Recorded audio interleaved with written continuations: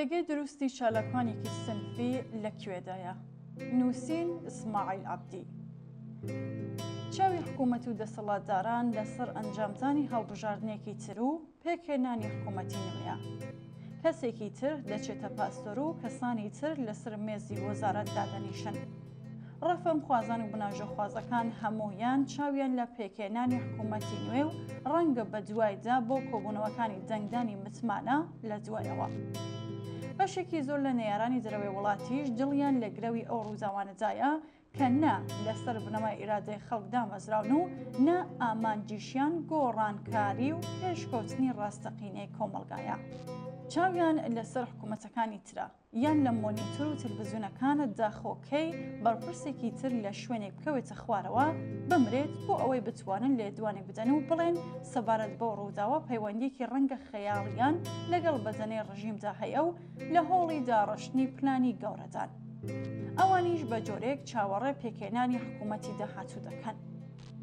جگەر لەوەی کە خەڵکی ئێران لە ڕاپەڕینی ژن ژیان ئازادیدا بۆ هەتایە قسەی خۆیان بە گوێچکەی دەسەڵاتداران و زلهێزەکانیان کە سازشیان لەگەڵ ناکەن و متمانەیان پێ ناکەن و خۆیان دەیانەوێت داهاتووی ئەم وڵاتە ڕوونکەنەوە.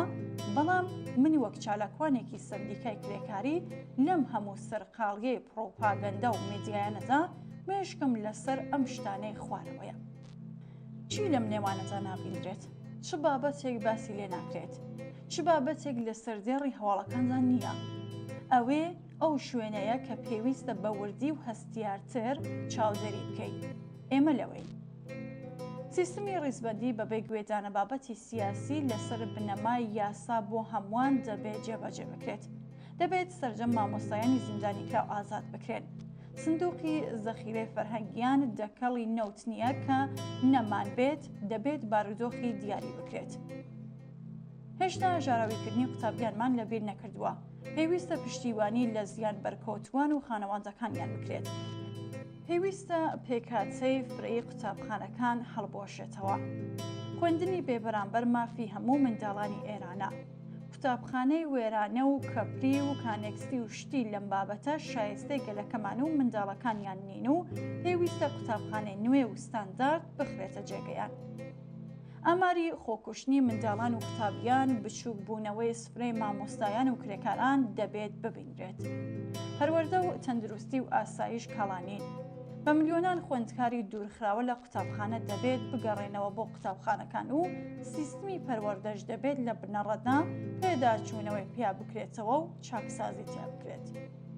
ئەوە تەواوی ئەو شتانن کە پابەندبوون بە ئەساسنامەی ڕێکخراوە سنفیەکان وامان لێ دەکات کە لە بیریان نەکەین.